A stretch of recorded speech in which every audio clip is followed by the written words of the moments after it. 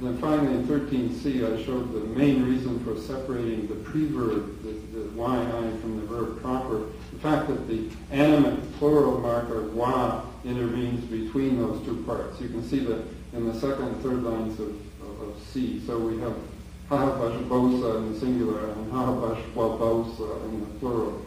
There's also a dual, but that's formed in a very different way.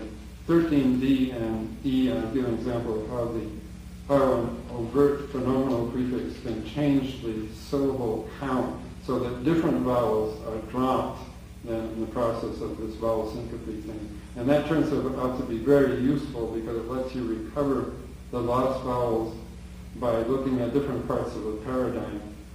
13D is like 13A except for the added first person C. It's interesting to see what the effect of that is in 13E. First there was parallelization of KY to ch. Now the drop vowel was the A in the bach rather than the I in the chi, producing the B-ch cluster. And now the B was in a coda position, and this coda weakening process turned it into a W. Again, the last word in E corresponds to the first word in D. Well, at the end of the handout, I tried to put together a relatively complete list of works, not only on the Caddo language, but on the Caddo people in general.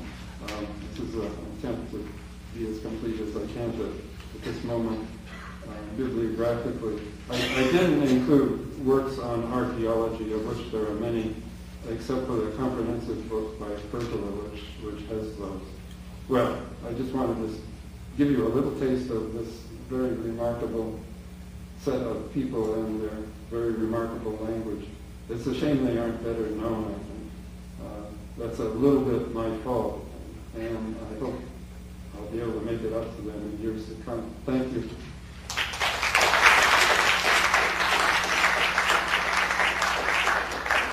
We have time for a few questions. These changes that you have mentioned, the wheeler going to check, or the chair going to check. Mm-hmm.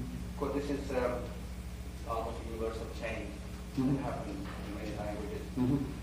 But the syncopation that you have mentioned, it's very intriguing. Isn't this found in Potawatomi too? Yes, you're quite right. Mm-hmm. Yeah. And in Potawatomi, I think the conditioning is some kind of rhythm. Mm-hmm. Is it the same here? Yeah, I think it was a matter of rhythm, but sort of rhythm at a somewhat earlier stage of the language before these clitics became attached to the fronts of words. Yeah, you probably know about Potawatomi because of Hawkins, right? Right. Yeah. Well, actually, I remember the class that I took, and we looked in Bloomfield when he talks about total uncanny. Yeah. And so there are a great number of changes which are shared by various groups. And it's very intriguing that you connect Caddo eventually with Iroquois. Yeah.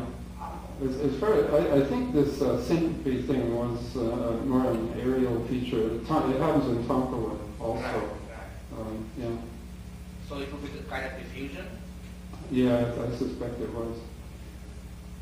But it's fascinating because it gives you access to all the vowels, as it were, because all you have to do is change the prefixes and you get different vowels dropping out.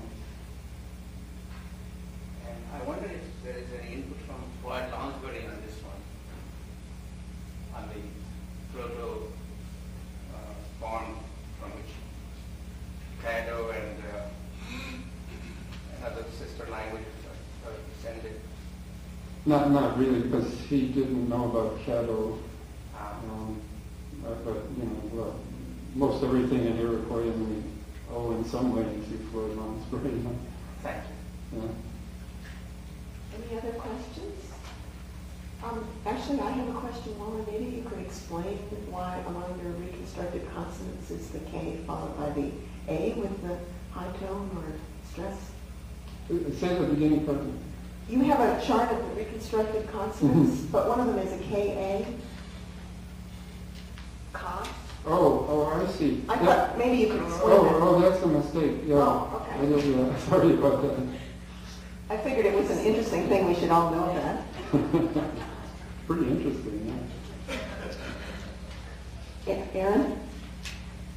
Yeah, I was just wondering, Wally, why you compare the Caddo prefixes with Northern Iroquoian rather than Proto-Iroquoian? Oh, yeah, I mean, that's an excellent question.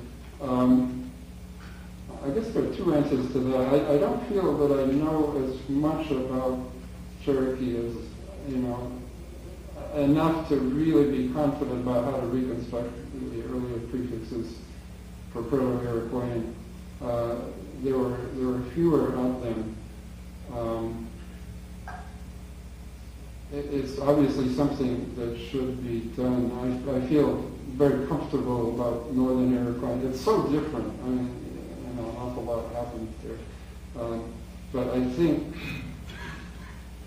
all of these things can be traced back in some way to Proto-Iroquoian, but it's a more complicated story.